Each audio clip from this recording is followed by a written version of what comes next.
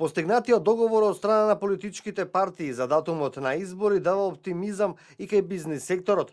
Телевизија Нова побара став од дел од бизнис друженијата, какви се очекувањата за економијата во предизборниот период. Даниела Арсовска од Сојузот на стопанските комори очекува раздвижување на стопанството и поголема ангажираност на државните институции. Компаниите најпрво очекуваат да се постигне целосна функционалност на институциите, како би можеле да продолжат компаниите со своите процеси кои што ги имаат отпочнато, бидејќи знаеме дека предуслов за економскиот раст е зголемување на бројот на вработувањата, намалување всушност на вработеноста и во секој случај значи реализирање на оние инвестициски проекти кои што компаниите ги имаат.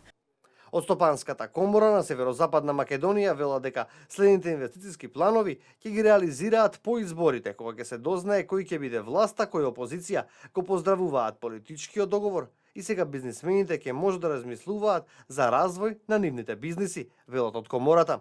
После изборите, кога ќе се види точно значи, кој ќе биде дел од владата и опозицијата, тек тогаш мислам дека и компаниите и бизнисите ќе можат поконкретно да размислат и за нивниот развој и за нивните нови инвестиции и планови.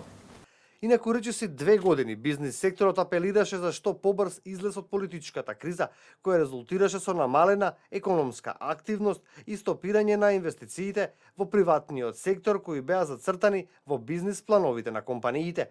Дополнително, продлабочувањето на политичката криза го намали и предвидувањето на економскиот раст за годинава од првичните 3,5%. Гувернерот на Народната банка ја ревидираше стапката на раст на економијата за годинава на 1,6%.